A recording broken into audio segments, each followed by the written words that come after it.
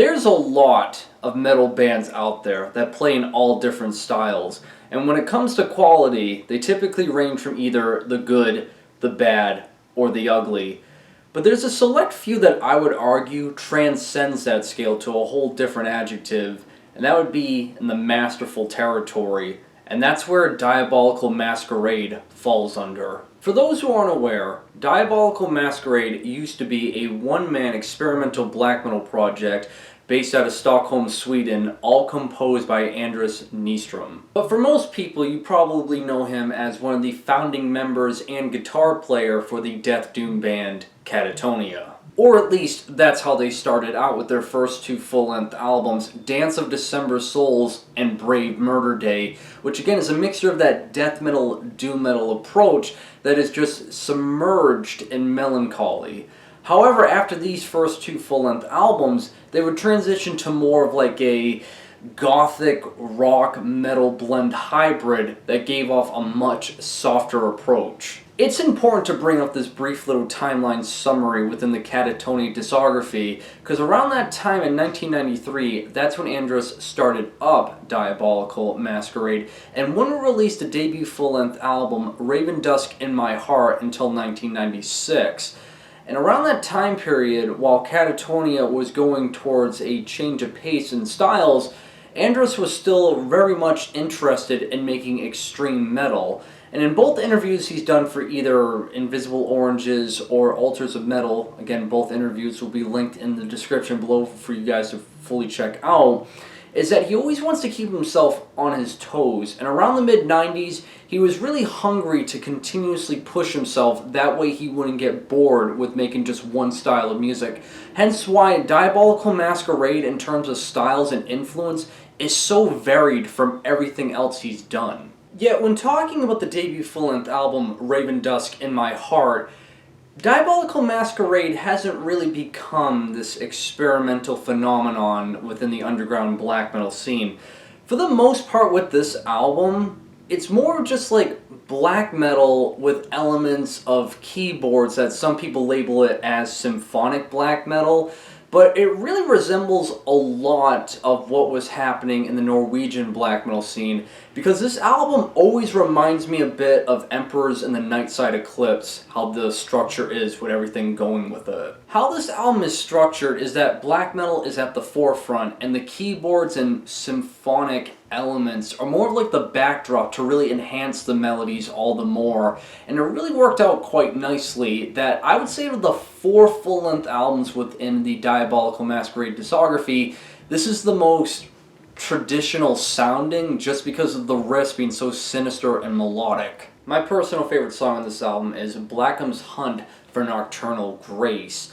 And again, while a lot of the sounds and riffs you're going to hear on this album sound very similar and are quite obviously influenced by what a lot of the Norwegian black metal bands were doing around the 90s, Anders has made it quite clear that one of his big influencers was Quorthon with all the albums he heard in the Bathory discography. I bring this up because there are some riffs within this particular track that sound like something that Quorthon was doing around the Viking metal era within the Bathory discography. You want to consider Viking metal an actual genre, but it sounds like some of the riffs that you would get from Twilight of the Gods meets like the keyboards and synthesizers of Emperor. And god damn, this song just kicks so much ass. Another key ingredient that I personally feel like led to a lot of Diabolical Masquerade's success when it comes to critical acclaim is that, well, yes, Anders is the face of Diabolical Masquerade. He writes and composes everything. I think one of the unsung heroes that doesn't get enough attention when talking about this project is the man producing everything behind the curtains, that being Dan Swano. How I look at it, Dan Swano is your guy if you wanted anything mixed and mastered within the realms of extreme metal, but you also wanted it to be very melodic. This guy knew the sweet spot of where to hit, because all the bands that he mixed and mastered for sounded phenomenal around this time period, to even the bands that he was a part of, like Pandemonium, Edge of Sanity, Nightingales, and a slew of other bands.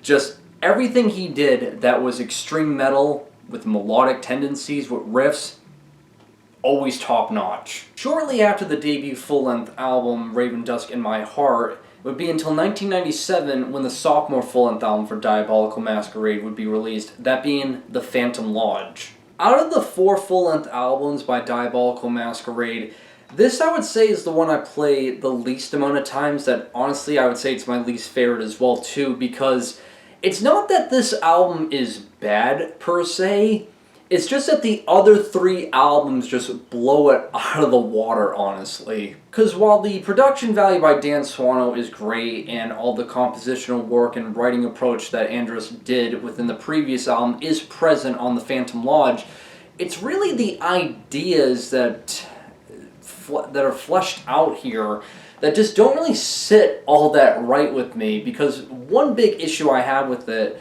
is all of these like awkward spoken word parts scattered throughout the album that don't really just like resonate all that well. Like, it breaks up the pacing in an awkward way for the most part. Or the fact that the keyboards and symphonic elements that they're trying to utilize within it, again, are kind of used as like a backdrop. They're not used to their fullest potential like the next 2 albums I'll be talking about real soon.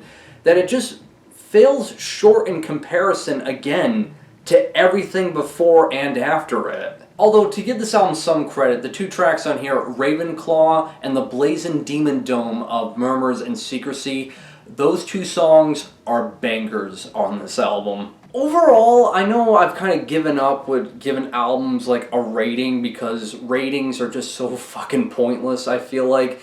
But this album is like a 7 out of 10, where everything else is like either a 9 or honestly a 10 out of 10. So that's why, again, it really fails in comparison to everything else, although it's not that bad of an album. However, it would only be another year until we would get the follow-up and 3rd full-length album by Diabolical Masquerade, that being the one and only Nightwork. Before I get into dissecting this album, let me just say this. When it comes to talking about music on social media or in person, you know, we all have different ways of expressing what we think of an album. We all do. Obviously, music is subjective, blah, blah, blah.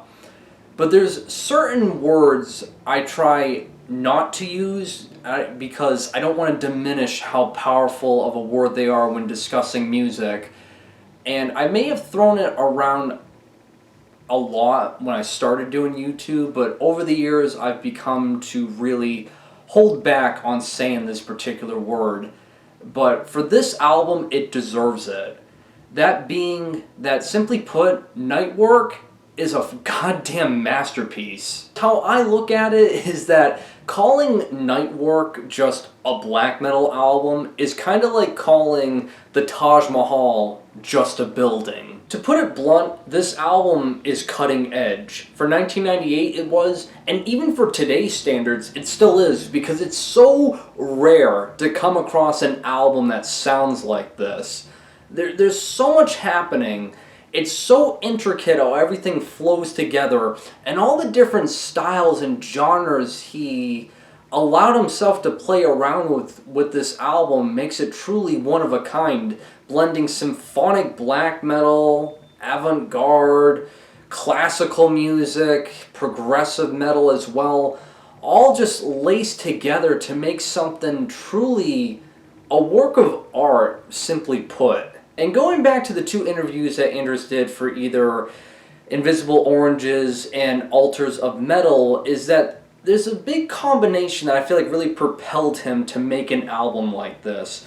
Again, he states in the Invisible Oranges interview that he was really pushing himself to his limits around the mid to late 90s, again around the same time period when Nightwork was released. And on the Altars of Metal interview, he states 2 key things that I really feel like are important here, stating that some of the bands that he fully respects are Blind Guardian, Morbid Angel, Death, and a handful of other bands, mainly because they have their own unique sound. As well, within that same interview within Altars of Metal, he states that he has a big distaste for what was happening in the Swedish metal scene around the same time period of the mid to late 90s, that a lot of these newer metal bands were trying to sound like all of the Gothenburg types of metal bands, you know, like At the Gates and In Flames, that really to him, metal was kind of losing its sense of identity and uniqueness.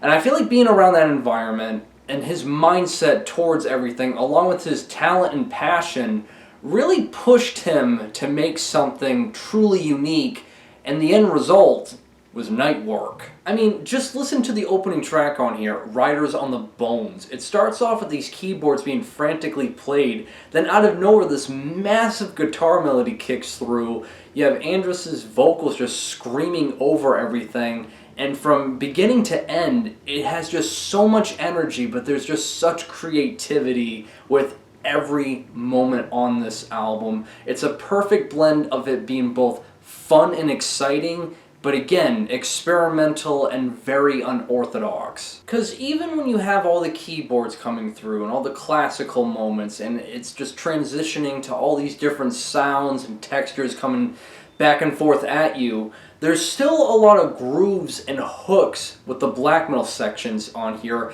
that I would argue the overall construction of this album is that while the two previous albums were like black metal was at the forefront and the symphonic elements were kind of like the backdrop, on Nightwork, the symphonic and black metal elements are sharing the stage like 50-50. And while every song on this album is incredible, there's nothing that would be considered filler at all for my standards and for a lot of other people's standards. However, my personal favorite song is the Eerie Obsidian Circus. The hooks in that song are so goddamn infectious that even after discovering this album, like for me, it was like back in 2014 or 2015 when I was just getting into black metal, I've yet to get sick of that song after all these years. How I look at it, if you're looking for a black metal album that pushes boundaries, that showcases to you that black metal is a lot more than just the one-dimensional tremolo pick riffs and wretched vocals and tin can production. If you're looking for something truly creative within this style of music, I cannot recommend it enough to listen to Diabolical Masquerade's third full-length album, Nightwork. Now some say, including myself, that Nightwork was the magnum opus for Diabolical Masquerade, while others argue that the fourth and final full-length album, that being Death's Design, is the true magnum opus. So Death's Design was released in 2001, which is really interesting because when you look at the timeline of extreme metal, and in this case black metal, the early 2000s were just such a weird and awkward time for the black metal scene because it seemed like no one really knew what they wanted to do or be with black metal at this point. Which is why I feel like when you look at the timeline a few years after Diabolical Masquerade finished with Death's Design, you started noticing that more experimental black metal bands were coming forth, like, Bluthaus Nord and Deathspell Omega a few years after.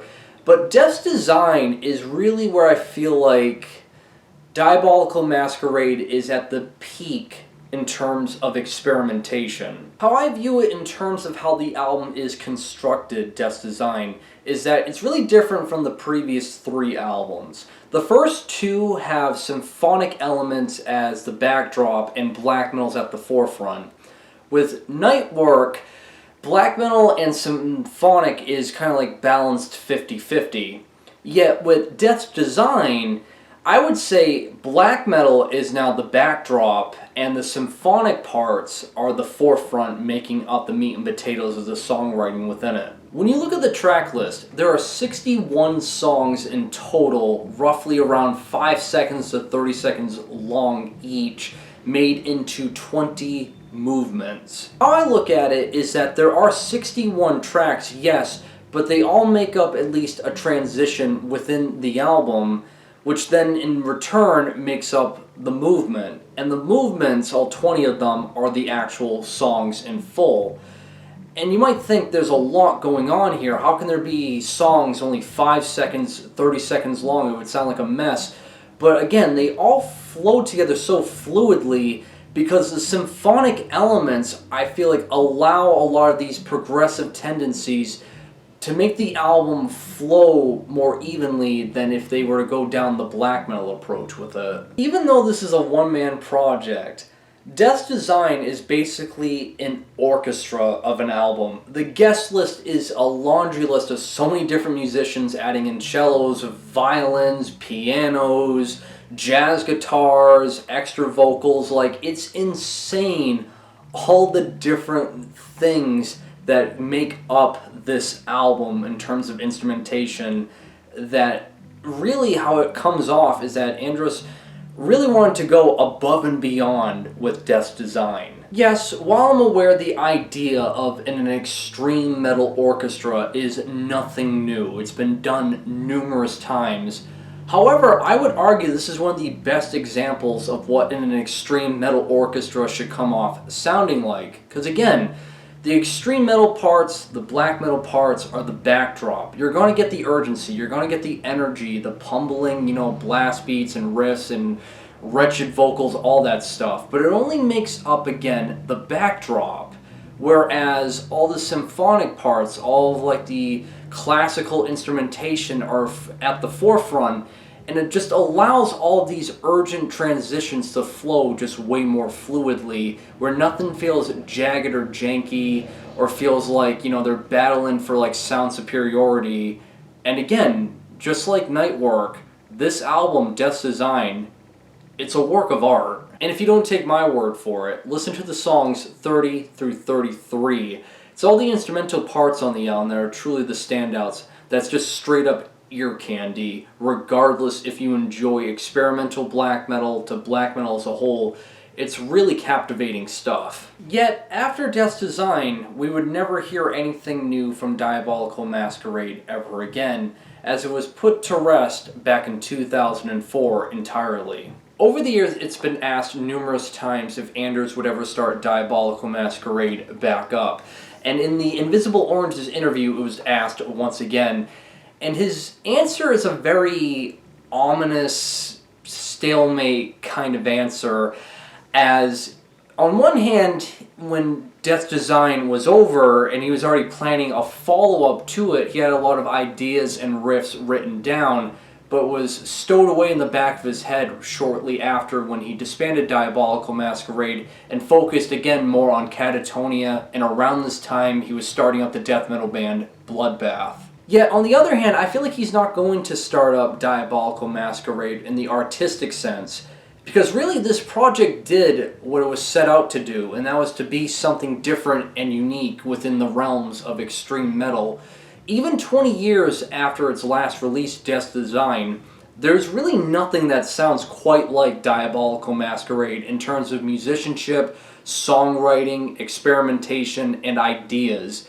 It's truly a one-of-a-kind project that is masterful work. It's untouchable, I feel like, and should be considered as such one of the great examples of what you can do within extreme metal when you truly have ambition that surpasses your contemporaries. Overall, I'm just happy that this project existed for however long the music exists, and Peaceville has been repressing all of the merchandise on their web store.